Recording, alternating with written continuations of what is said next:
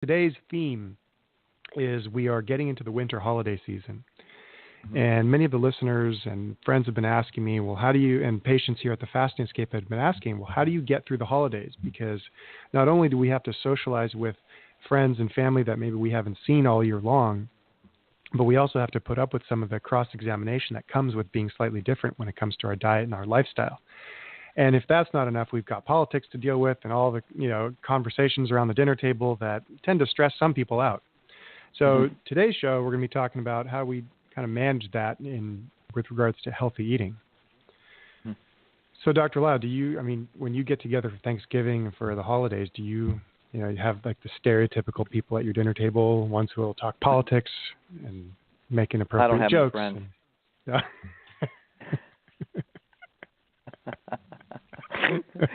Keeps it simple. There's a key to a good life. Keep it all simple.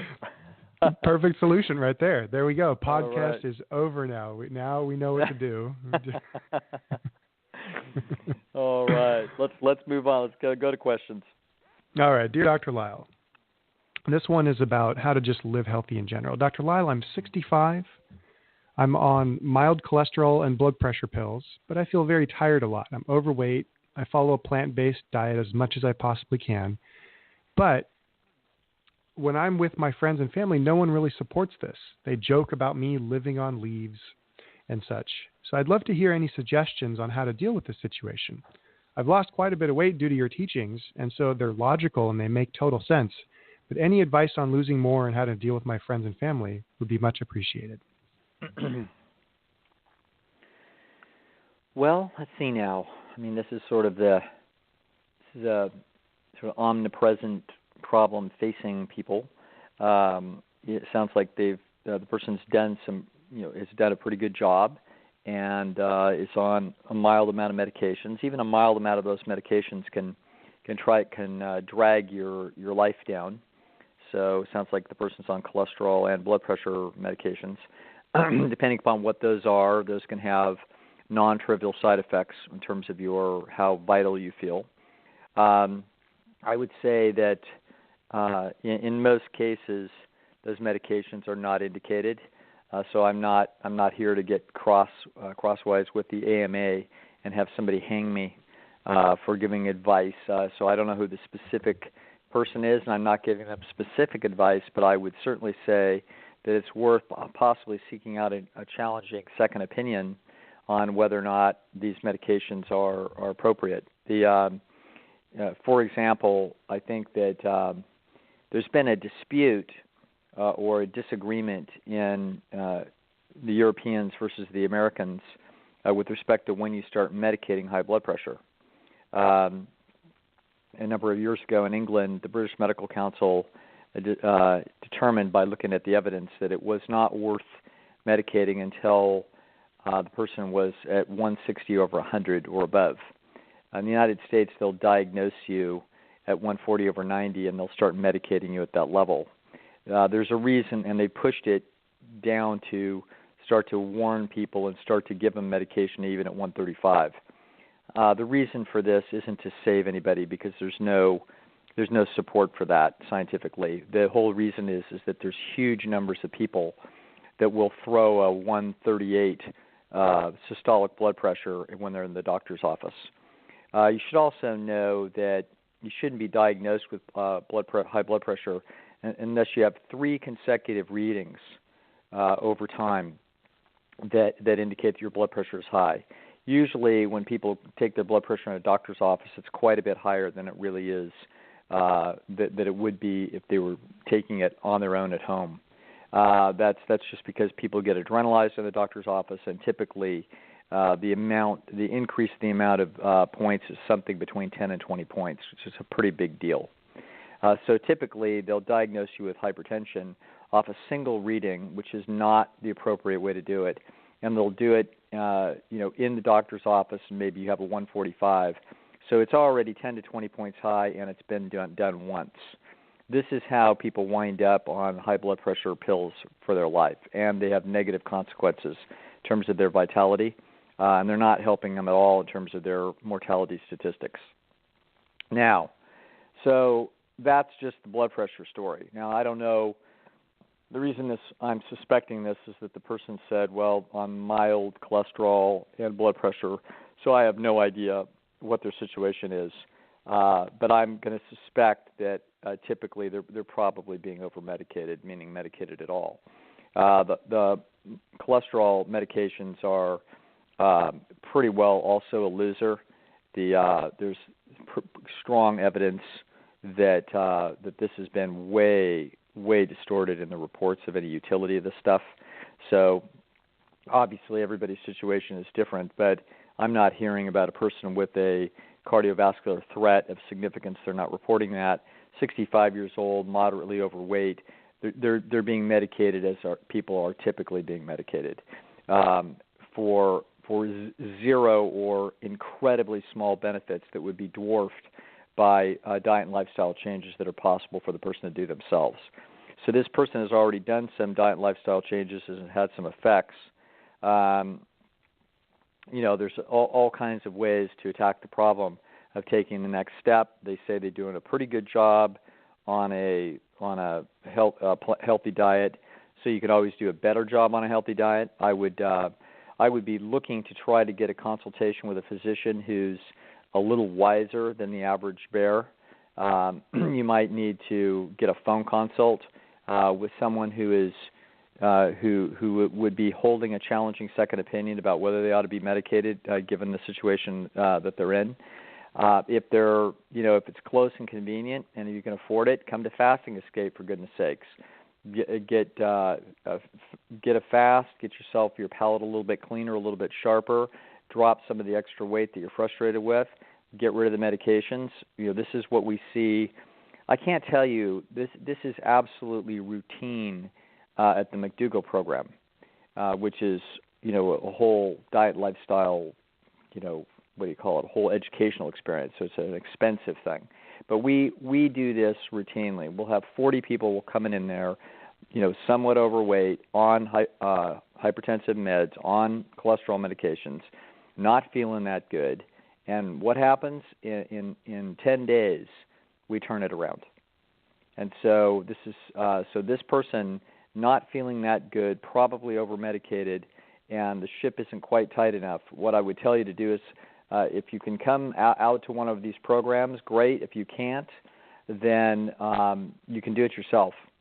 But it would behoove you to get some assistance or at least agreement if you don't want to face the idea of getting another consult with another doctor. Talk to your own doctor about the notion of running an experiment and weaning you down off the medications as you tighten up your diet and lifestyle for the next few weeks. And let's just see what happens to the numbers, and let's just see whether or not there's, quote, any pressing need for those medications, and let's see how you feel. You're probably a few weeks away from dropping some weight, feeling much better, and not being on those medications. So anyway, that's what I'm thinking, and that's probably the way to go. Fantastic. And if you are thinking of the Fasting Escape, just go to fastingescape.com. McDougall program's over in Santa Rosa, so that's Dr. McDougall's Health and Medical Center. So it's a great program. When I was at True North, we used to go there and watch some of the talks. There was really, really fascinating. So, especially all right, my our next talk. question. Yeah. You know what I really love, though, is watching you and Jeff Novick kind of battle it out with your introductions. That was always fun. Very fun. You bet. All right. What else we got? All right. So our next question is about struggling with the ego trap and healthy eating and body image. Dr. Lisle, I'm a 29-year-old woman. Over the years, I've been into fitness and whole foods vegan living. I've managed to get the body that I've always wanted, six-pack, lean, etc. But this has led me straight into the ego trap, as people have seen me like that online and in person. Now I'm scared to be seen around when I'm not in peak condition, like I am at the moment. I feel that is what is expected of me, and I'm failing, and so I withdraw. And it's gotten to the point where I can't even look at my own body when I'm alone, and I find it difficult to shower and change clothes as I feel exposed. I wear baggy clothing, it gets in the way of my relationship, and I've also began overeating. I eat an SOS-free diet, but I've begun over-consuming bananas, dates, nuts, and oat balls, things like that. And it's just a loop of me saying to myself, you're failing, you're fat, you're failing, you're fat, over and over in my own head. It's becoming quite intrusive into my life, which I also beat myself up about. So my question is, as an adult, how can I get myself out of this ego trap? Fabulous question. Go to Fasting Escape. I'm just kidding. All right. Let's see now. What I would say would be the following: that what we have is it's interesting I have no idea, of course, who this person is, but it sounds to me like they may have a following online, for goodness sakes. So they have some degree of some non-trivial degree, at least in their own internal experience of where their existence is that they have a substantial amount of pseudo-esteem. So people know of them, and they actually don't know our person, but they think they know them, and they admire them for their whole foods, vegan, lean body, etc. Okay, so what we've got here is a panic about the dynamics between pseudo-esteem versus self-esteem. What we want to do, the way we get out of the ego trap, is we actually back up and attempt to attack the fundamentals of what it is that we're really trying to accomplish.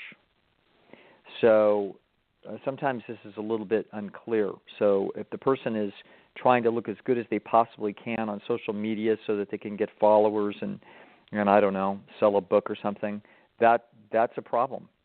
And so we and when I say it's a problem, what I mean is that what we need to do when we're in trouble is we need to figure out what end it is that we are seeking. What is the most important end that we're seeking? And if it's seeking a celebrity, then that's one thing. If it's actually being healthy and living a healthy lifestyle, and then anything that follows from it is fine. But this is the most important component of this process. Then that's what we focus on. And what we're going to do is we're going to focus on that healthy living is or a healthful situation, and essentially the aesthetics that result from being healthy are going to be the result of executing fundamentals. So our job is to back up and essentially get a list together, a relatively short list of the fundamentals that are required to execute. In this person's pretty driven. So if we want to put a goal at excellent health, then that's fine. So we put a list together of the fundamentals that are required for excellent health. And then what it is that we're going to do is we're going to have essentially a daily checklist that we can make on a computer, or we can, Xerox little forms if you're like me and from the 19th century. That what we're going to do is we're going to have essentially a plan that we're going to execute on. Now, the plan is not going to be perfect. The plan is going to be good, and it's going to be good enough. It's going to require some degree of relatively impressive diligence. And what we're going to be doing here is we're actually trying to learn a very important lesson, one of the most important lessons that a person can ever learn in life. And that is that what we're going to be making the priority in this thing is going to be self-esteem, not esteem. So we're going to be learning about the self-esteem mechanism. And the way the self-esteem mechanism works is you have an internal audience that's watching your performances from day to day. And at this point, what's happening is our person is in the ego trap, and therefore she's actually reacting against the pressures of the ego trap. She's kicking over the table. She's not going all the way to French fries and hamburgers, but what she's doing is she's just essentially feeling the pressure that the bar is just too high and the expectations are too high, and so she's kicking over the table and willfully, effectively self-destructing. That's exactly what people in the ego trap do. You're so frustrated and you're feeling too much pressure, and you relieve the pressure, in effect, by demonstrating, both in this case to the internal audience and to anybody else who's watching, that you are really not trying. So you cannot be judged on what the outcome is. It's a brutal trap. It's like a vice on a person's well-being and their progress in life towards anything. And so the way we get out of it is we back it up and we say, okay, now wait a second. What we're going to do is we're going to be changing the goal. And it's a tricky little shift because the human nature is absolutely designed for outcomes. It's not designed for process. The outcomes it's designed for are the adulation or respect or love of other people. That's what it's after. What we're going to need to do is we're going to subvert that, and we're going to go instead for admiration that comes from within. We're aiming at self-esteem. Now, the self-esteem process is your internal audience that is watching you will have a natural psychological reaction and communication to you. The self-esteem mechanism is not you. It's effectively other people. It might as well be other little tiny little people populating you inside your head. And so what that self-esteem mechanism does, or that the internal audience, what that does is it signals to you just as if real people were watching you. It signals to you what they think of your performance. Now, when you do one day of your checklist, your internal audience is not going to applaud you. They're not. You will not feel an immense relief of an increase of positive feedback from your internal audience to your esteem meter, or to yourself. In other words, you will not be feeling some surge of internal well-being. You might, but you probably won't. And the reason why is that what this mechanism is, the self-esteem mechanism, is a mechanism of reputation. So effectively, what that feeling is the reputation that you have with yourself. That's almost an exact quote from Nathaniel Branden, who was a pioneer in thinking about self-esteem, 40 years ago. So let's think about this. That if you have somebody that's consistently late for work, and they tell the boss, "No, I'm going to start coming in on time," this is completely unimpressive, and the boss will not change their feelings about the person one bit. If they come in the next day on time, the boss will still not change their opinion substantially at all on 1 day's basis. On 2 days' basis, it will still not change, and on 3 days' basis, it will barely change at all. But on 10 days' basis, it will change. If a person who's been unreliable and then suddenly for 10 straight days they are there on time, the boss cannot help but change his or her opinion of the individual. Now, they don't say, "Oh my God, you're a reliable person." What they say is, I'm respecting the performance that I've been seeing. Okay, I feel more positively towards you. That's precisely what the internal audience will feel towards the self. So as the self starts to work diligently at the fundamentals, the first thing the internal audience may say is, you're kind of out of shape and you're not quite as fancy as you should be, and 1 day's work didn't change anything. I'm not that impressed with how it is that you look or anything that you're doing. So don't expect there to be a transformation from the internal audience to the esteem meter in a day, because it doesn't work that way. Now, the bummer is that's just when you need it. Okay, you need it most early, but that isn't how it works.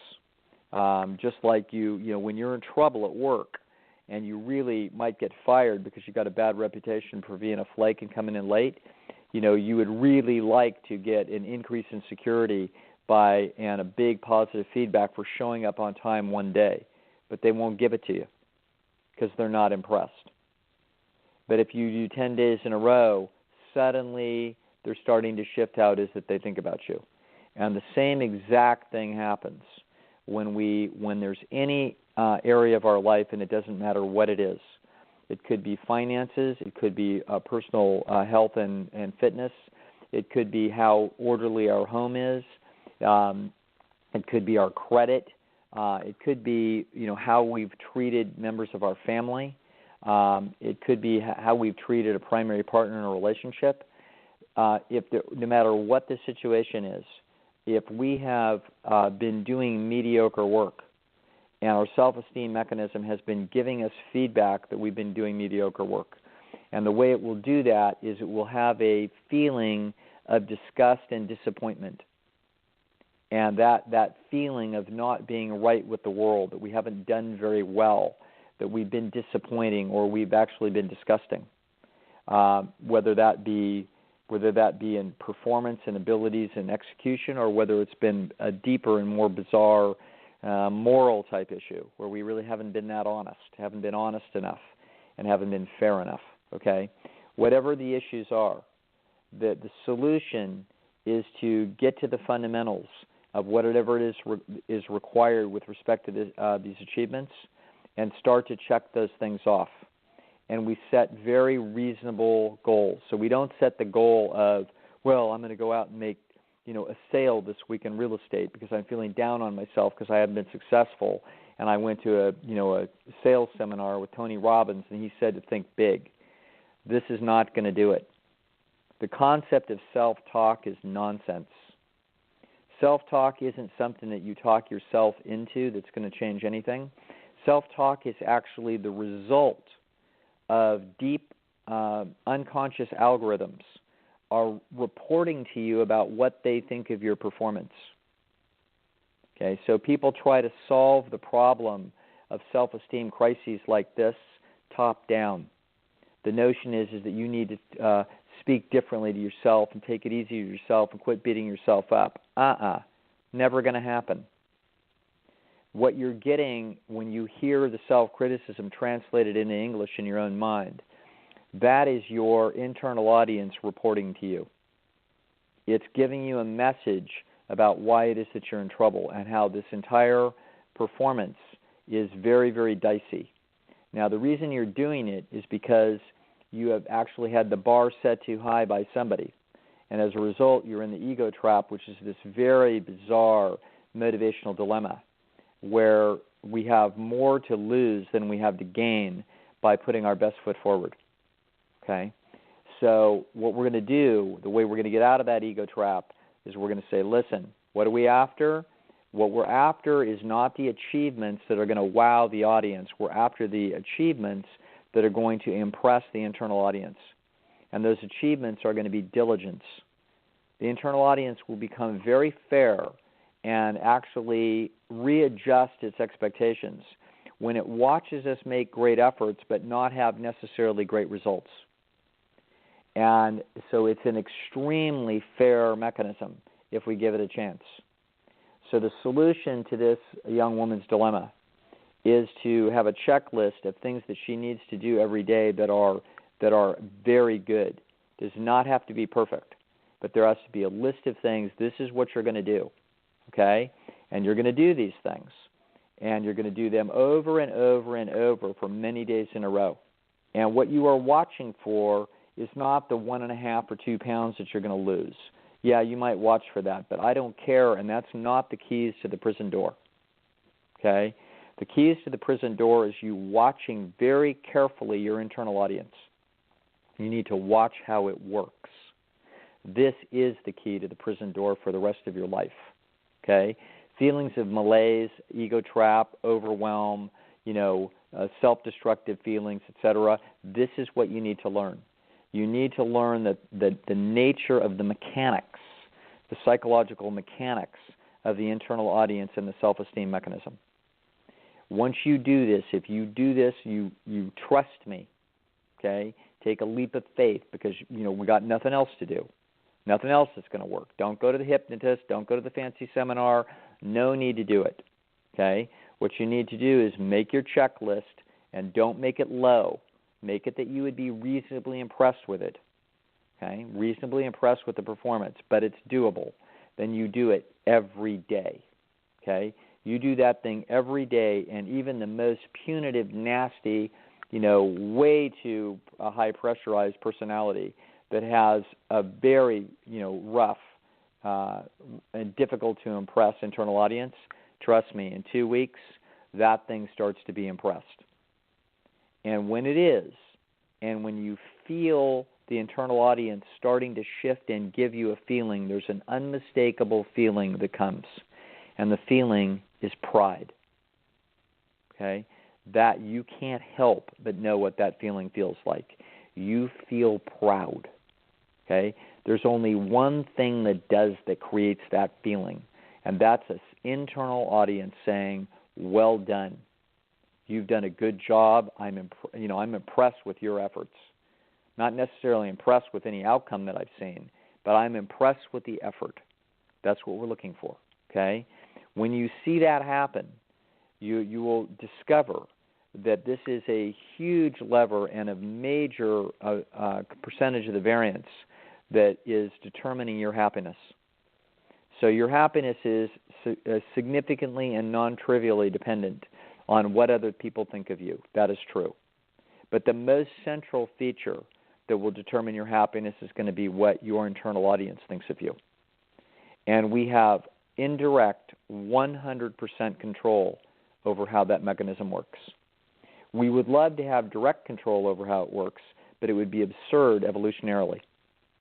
In other words, the evolutionary system would never devise such a mechanism that you could stare in the mirror and tell yourself great things and then feel good. That would be ridiculous. Okay? Evolution would penalize any such creature that would say how great they were and would believe it without any performance that would actually translate into any increased competitiveness that would lead to more and better situations with respect to mating, friendship, and trade. It would have to be the case that good feelings had better only be coming when they are actually cues or associated or correlates with what will actually translate to superior performances that will result in statistical increases in gene survival likelihood. That's what the self-esteem mechanism is for. That's why when you do the work and you get yourself, you pull in your horns and quit looking out and see what the audience is saying about you, and instead you get inside and you look about what you are going to say about you. And you do that work, what will happen, and the beautiful, important secret here is to find out that your moods of how it is that you feel about yourself are highly dynamic. They will change very quickly.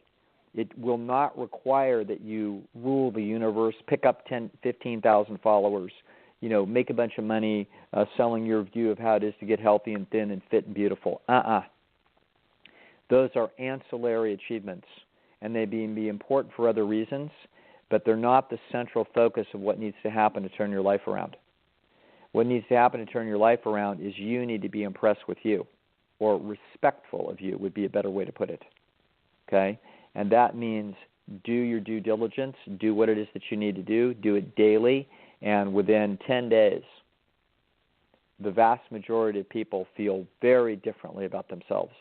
They wake up in the morning with an eagerness to attack the list, okay, to do it again, to have that feeling of moral rightness with themselves again, okay? And then, of course, the way this works is if you are doing the fundamentals properly in the right way and you are learning and growing and improving, then what happens as a result? What happens as a result is eventually the marketplace can see it. Fine. Wonderful. As far as I'm concerned, that's an ancillary byproduct of what happens from doing the right things. So the job in life is to do the right things to earn the most important esteem that there is to earn, which is your self-esteem. Okay? And if it turns out the world doesn't like what it is that you have to sell, okay, we can look at that later.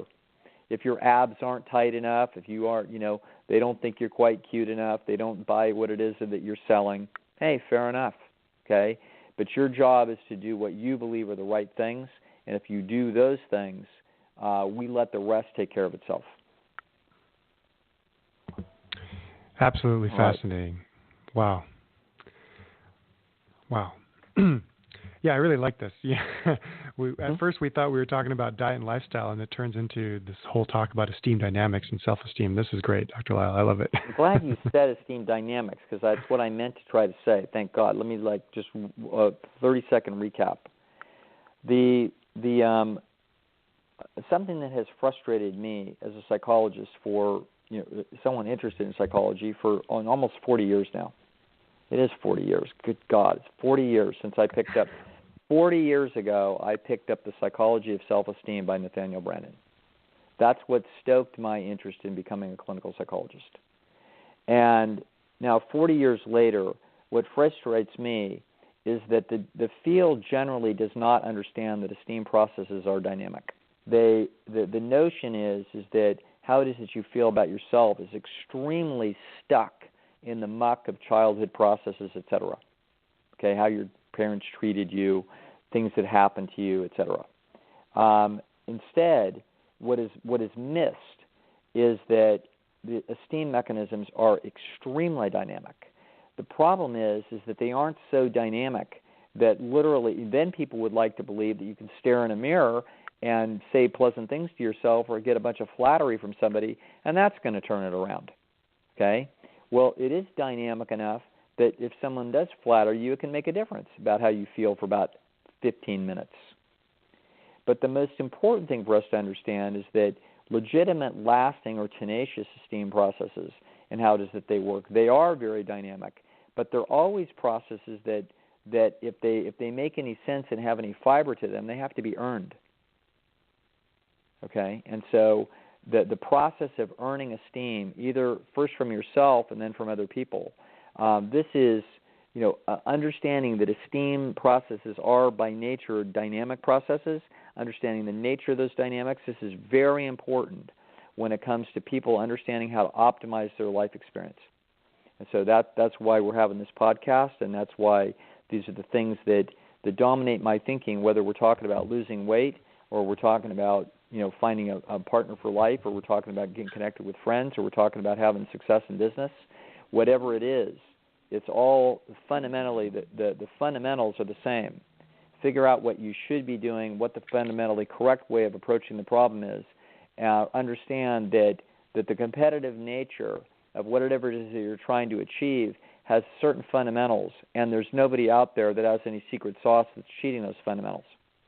And your job is to take whatever talent, looks, brains, personality, talent that you have, and approach the goals that are reasonable for you by addressing what the fundamentals are that you need to be working on. And then your job is to work on those fundamentals and make sure that the most important thing you're focused on is earning self-esteem first. That's what we do. And then we let the esteem processes take care of themselves, okay, which they largely will if we identify the right things. But yes, this is, sorry, recap went more than a couple seconds. No, that's okay. Okay. All right, let's go ahead. Let's go on. I love it, Dr. Lisle. All right, well, we got a caller on hold. So callers, stay on hold. We're going to ask two quick questions from listeners because I put them up on the titles, and then we'll get to the caller. So callers, just stay on hold just for a second. Okay, Dr. Lisle, our next two questions. Dr. Lisle, when family members do things that I'm strongly against, I begin to resent them and I get extremely upset. For example, when my dad was a smoker, our relationship was very weak and I disliked him for it. Recently, I found out my brother, who's the person I've been closest with my entire life, has been smoking weed. And as a result, I haven't spoken to him since. I don't mean to overreact or be the party pooper, but I can't control the resentment that I feel. I'm a very health-conscious individual, so maybe I just hate to see family go down unhealthy paths. My brother and I are both very disagreeable people, so there's nothing I can do to change his mind on whether or not he will smoke. But it's sad to see that he's choosing weed over his sister/best friend. Is there an evolutionary route to why I get so upset seeing the people I love do things that I'm against? And is there anything I could do to stop my brother? Well, really good question. I think I see elements of this in a lot of people in the whole foods plant-based movement because they happen to be a bunch of, on average, a bunch of hyper-conscientious nutcases, who are outliers with respect to the bell curve, and so they're trying to do things super healthfully, and I use that term with some affection, but I also with a warning, and that is that this is an interesting problem. So let's step through this quickly because I know we've got a caller that we're going to want to get to. But if you're angry because you think something's unfair. And we're trying to threaten somebody into making a concession. We're trying to get them to feel guilty so that they'll fix it. So in this case, the anger is being directed at family members who are not pursuing healthful living. And that's an interesting anger to have. Probably we'd have to look at some of the reasons why. So I would ask the person to do a little introspection here as to try to figure out what is it to them that the family member may be doing something that it is causing some harm to themselves. It could be that our hyper-conscientious nutcase may feel like that they're going to have to take care of the person if they harm themselves and wind up in a wheelchair, drooling, etc. And so as a result, they feel that essentially their time and life's energy is being put at unnecessary risk behind another person's self-indulgence because they're sort of predicting that they may have to step in and take care of them. So that would be one inference. Another inference would be that they feel like their sort of coalition leading knowledge of how to live healthfully is being ignored and therefore discounted, and the value that they are bringing to the coalition that they expect to receive esteem for doing so is not happening. So I'm not sure. There might be other reasons for the person being angry that I can't see, but I would assume that those are the two leading causes for people to be upset that their relatives aren't doing things properly. And often those two in combination are what's driving this. Now, let's unpack this. What we're going to try to do is we're trying to make sure that the person is correctly analyzing the cost-benefit analysis of the situation, and that they don't have a distortion in what it is that they're thinking that could be causing a lot of the psychological distress that they're having. First of all, let's keep in mind that if a person smokes, it's only going to cost them about 10% of their life expectancy. So it's hey, sort of, oh well.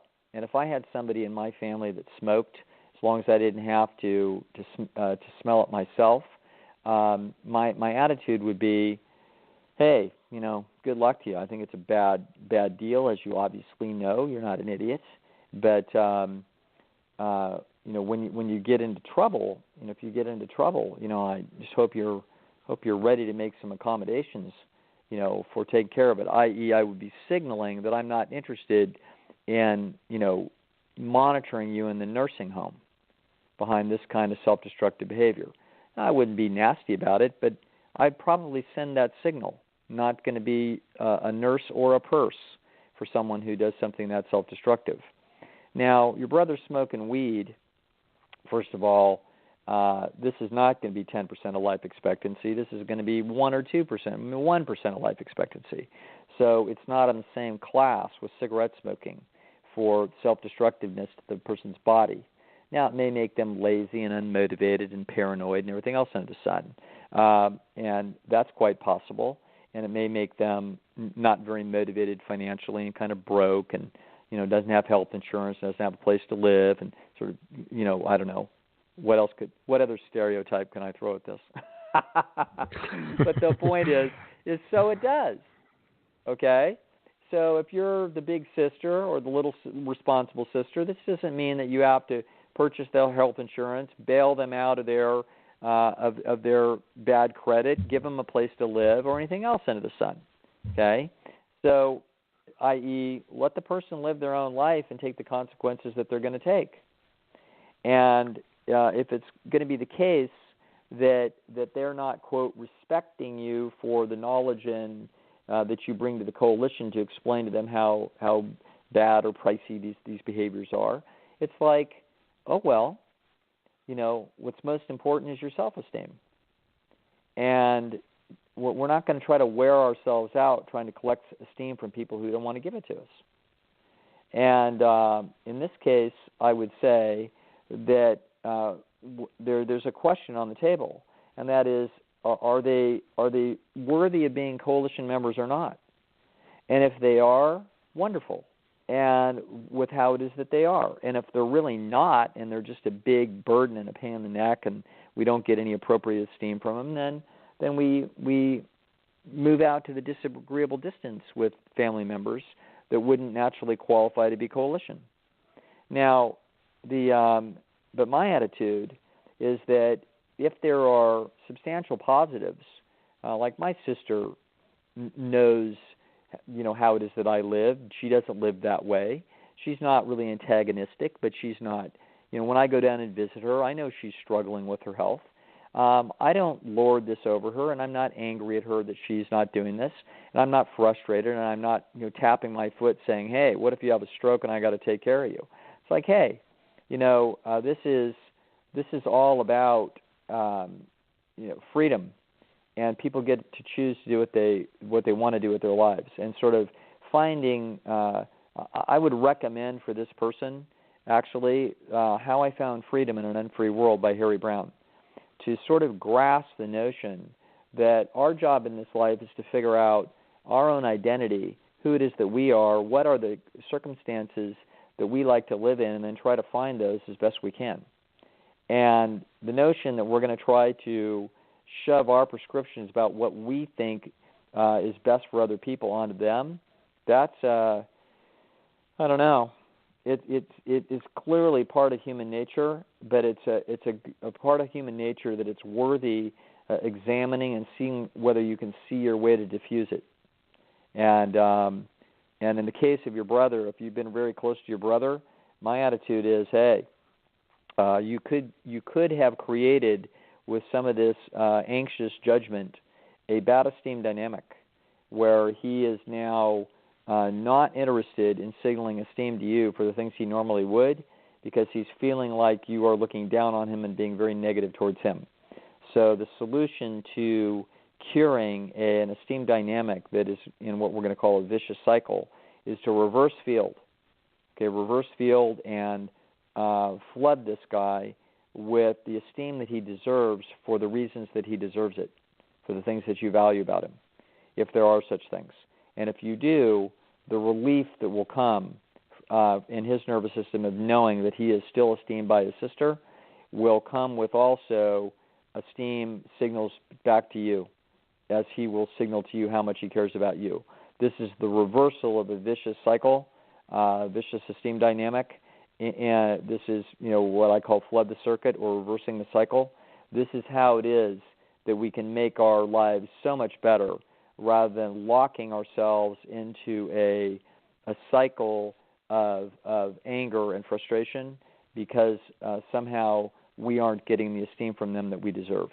I don't think that somebody's brother who's smoking dope is a major liability for your life. Okay, so if it is, then you have to examine why that could be true, but it's almost certainly not true. So careful. And let's think some of these things through. All right. Fascinating. All right, we're going to go to the question about binging on broccoli next week. And for now, we're going to take the caller right now. So, good. Caller, thanks very much for your patience holding. What's your name and where are you calling from? My name, can you hear me? Yes, we sure can.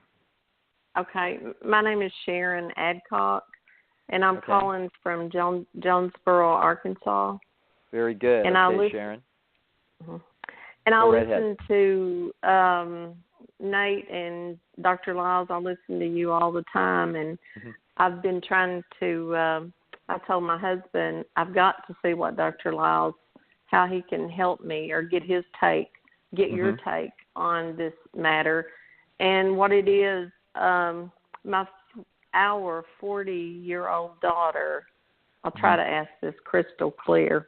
My 40-year-old daughter, who's a teacher, we're both retired, and we were keeping her 2-year-old son and her 11-year-old son for her part-time while she teaches. Well, she has an ex-husband that lives in Florida and comes back and forth to pick her 11-year-old up for visitation. And they feud all the time. But to make it short, what the problem is... Hold on. Who feuds? My daughter and her ex-husband. Got it. Okay. Feuds. Right. And she doesn't like for us to talk to him at all. And so we don't, just to keep things even. But what happened was my 11-year-old grandson had told her that his dad told him that we had talked to him on the phone, and we hadn't told her about it yet for the reason that we thought she'd make a big deal. Well, she's cut us totally out of her life since August, and we've always been a close family. Not the first time she's been mad at me over different things, but we would always get through it and talk about it. And anyway, I can't flood the circuit because even with things that I honestly really do love about her, because I think she's under a lot of stress. But she won't let us even in her house over there because she don't live far from us. But we're both under a lot of stress and hurt. And we realize that we, as grandparents that love her and her sons, that we did say some negative things to her. And we love her new husband. They've been married a year, and they have the 2-year-old. Her 11-year-old is by the guy in Florida. And Dr. Lisle, what can I do? I mean, I went to her school about 2 weeks after this happened and took her some flowers and candy and told her that I was really sorry. And my husband and my other daughter said, well, Mom, why did you do that? Now she's going to think you are guilty.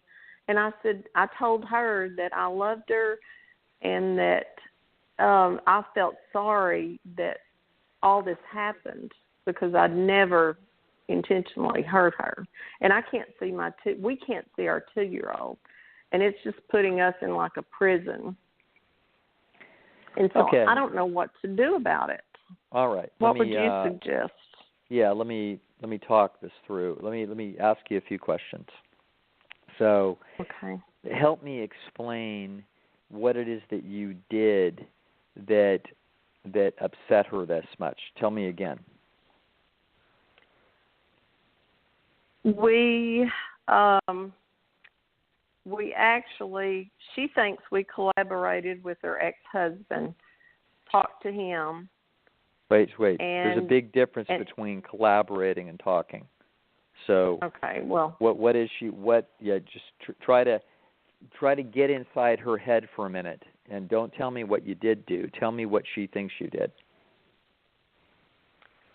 She thinks that we're talking to her husband, ex-husband. Maybe her ex-husband about her, maybe, and taking his side against. I think it's more than just that. There's a lot of details. Her husband now, my husband told her, we got in an argument, and I told her the reason that I didn't tell her that her ex called us was because I was afraid she'd make a big deal out of it, and it had only been 2 weeks, so I hadn't had a chance to tell her that I might have told her. Well, slow down for me. So is this theoretically all about a single phone call? No, it's so deep. No, it's not. Okay. It's more. It's about the whole dynamics of the whole relationship that we even talked to him without telling her.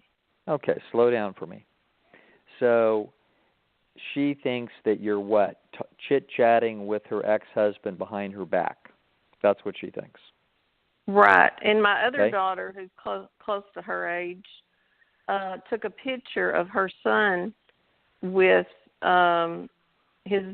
her ex, his dad, Mm-hmm. Yeah. and she hasn't talked to her for 5 months. Okay, so she cut them out of our life, her life too. Okay, so this all. So let's back up. How long has she been divorced from her ex? This has been going on for probably 5 years now. Okay, She's been going to court in Florida over it. All right. So you've been doing a bunch of babysitting for the last how many years with this 11-year-old son? Well, he goes to school, so I would go get him if he missed a day or was sick or whatever, and I'd bring him over and keep him some. And same way with the 2-year-old. We're both retired, and so we didn't keep him full time because the little one goes to nursery. Now the little one does. Keep him. The little one 2-year-old. is not. Yeah, okay. The 2-year-old is not from the same man. Is that correct? That's correct.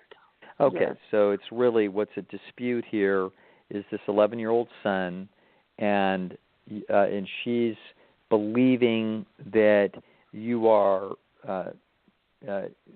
talking with her ex about her 11-year-old son. And has there been ongoing conflict between you and her over the last several years about this? Not really, because I've supported her, and I even went to Florida to court with her because she didn't have anyone to go several times. And I took care of her little one the last time she went while she went to court because her husband, her ex, keeps texting her, and she says that he just harasses her all the time. So okay, they don't have. Slow down for me. Hold on, Sharon. So let me get this straight. So for the last several years, you've been very supportive of her. There's not been conflict between the two of you, even though this man comes up. How does when does he come up to get the son, or does the son go on a bus and go down to visit him? How does this work? No, he flies all the way from Florida to get Ethan, and some weekends he'll stay in our town and stay with him for 3 days and goes back to work. Okay. And that's why he had called us. He wanted to know if we would keep Ethan for like 3 hours because he had to be back home. He flies on his job. He's a district manager for Guest Jeans. Okay, let's try to get a little focused here. So we haven't had conflicts, and then suddenly now this year we've got a conflict. Right, with us. She's with had you. conflicts. Right. She's had conflicts with him forever. I understand this. But with you, this is the first time we've had a big conflict. One this big that she would kick us out of her life. Me and her have argued over minor things that weren't. Yeah, forget about what you did. And she would be mad at me for 3 days, but she's never been mad at me and her dad especially. She never gets mad at him. She kicked us both out.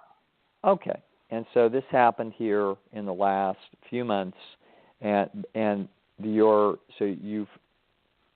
this sounds since August. This was August, and this big blow up was as a result of a phone call that you had with her ex. Is that right? Right. The day she come to get her kids, her son, her 11-year-old, told her right in front of us. Yes. Because he knows how to trigger her, and he told her about this, that we had talked to her ex, to his dad. How the heck? And so you had talked to his dad. Is your daughter under the bizarre impression that this man in Florida, the father of this boy, would not talk to you when there are logistical issues that would be appropriate for him to be talking to you about? Right, because she says that he's narcissistic, and I she couldn't takes get, wait, her wait, 11. Slow down for me. Mm-hmm. Right. Do you understand? Is it ever case, in your daughter's view, that it would be appropriate for you to talk to her ex around logistic issues about where Ethan goes, when he's coming to town, anything like this? Or is it always the case that you are never... Absolutely. What's that? Absolutely. We are not to talk to him unless she is around. Okay, so you are not, like if he were to call your phone or email you and say, I want to talk to you about when I'm going to pick up Ethan, you can't do anything. You have to forward that to your daughter, get your daughter on the phone so that she can talk to him and not you. Is that how this goes? Exactly. He would never call us about Ethan like that. Yeah. Okay, he wouldn't call you. All right. So he called you, and he was talking to you about Ethan about what? About picking him up. He actually just texted us and said, can you or your daughter pick Ethan up for 3 hours? And the fact that you communicated with him, and then Ethan says that you communicated with him in front of your daughter blew sky high, and now she gives you the death penalty. Is that right? Right. The fact that we didn't tell her, we hadn't told her yet that he had called.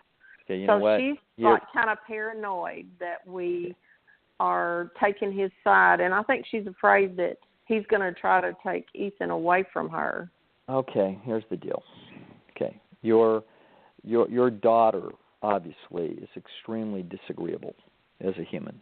She is. She's on the big 5. All right. So it is what it is. Okay. So so as a result,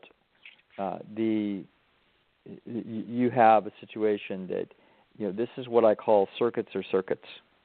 Okay. You can't change people's personalities. You can manage disagreeable people as well as you can possibly manage them. A disagreeable person like this, she's feeling for some reason, maybe in her new relationship, maybe she feels a little bit more powerful. Maybe she's a little more powerful economically or just psychologically. We have no idea what's happening here. Maybe she feels like you might be a little bit intrusive into her life in her new relationship, and she would just as soon find an excuse to push you 50 yards away, psychologically. I have no idea what's going on inside this girl's head. I'm really close to her kids. Yeah, well, too really bad. Close to her 2-year-old. The truth is you're out of luck. Okay, so that's the deal what I'm afraid of. that this is what the only solution that you realistically have is what I call Chinese water torture. Okay. Chinese water torture. Yeah, I might as well offend a whole country with 1 billion people in it while I'm at it.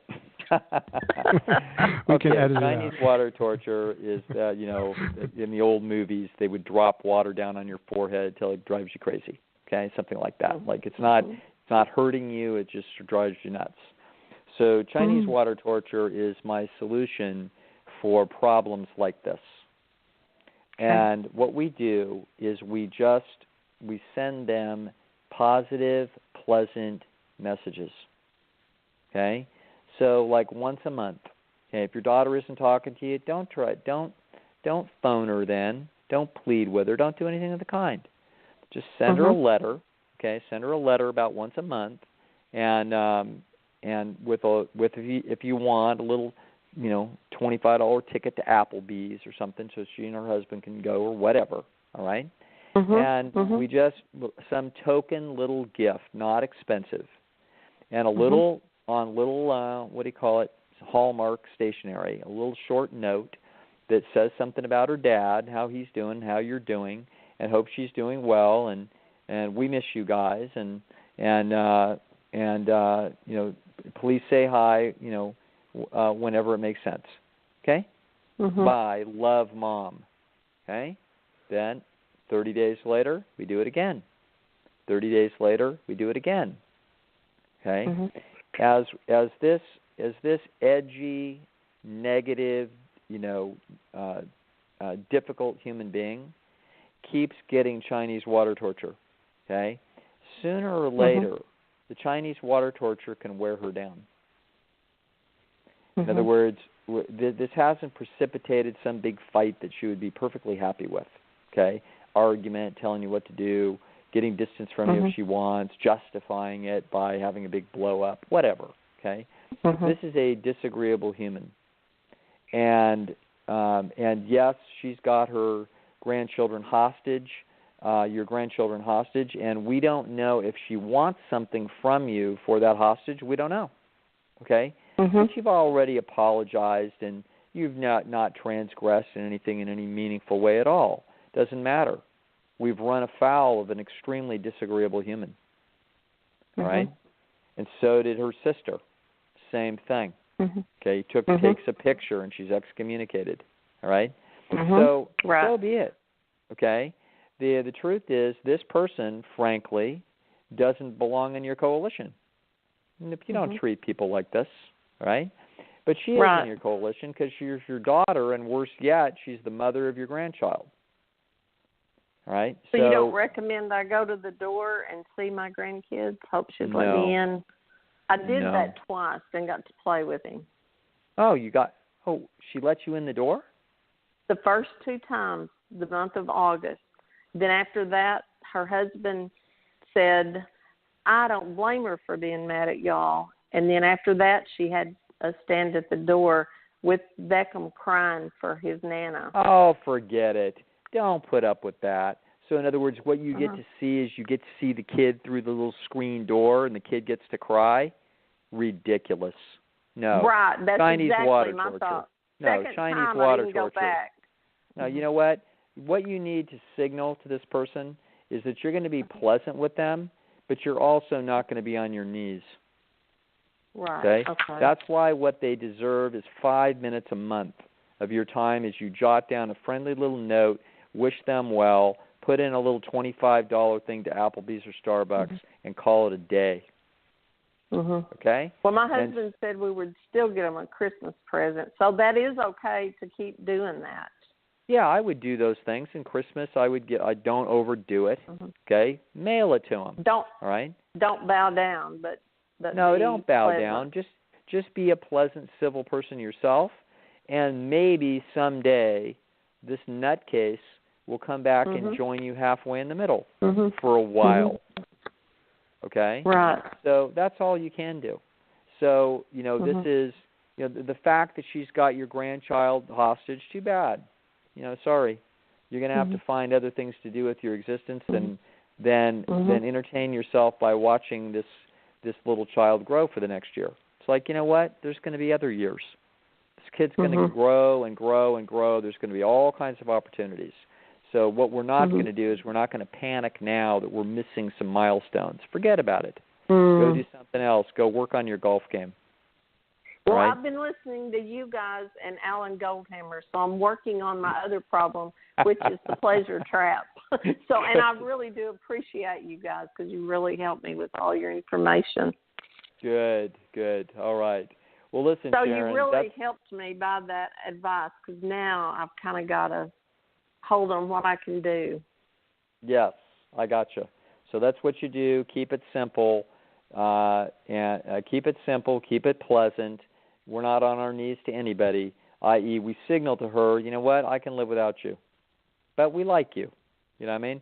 We like you. Here's a little positive, and we're going to drop it in the mail every month. We'll drop Christmas presents in the mail. They're going to be pleasant. We're not going to overdo it, okay? And that's that. And otherwise, just sort of check off probably 2019. She calls the ex a narcissist. Boy, that was a pair.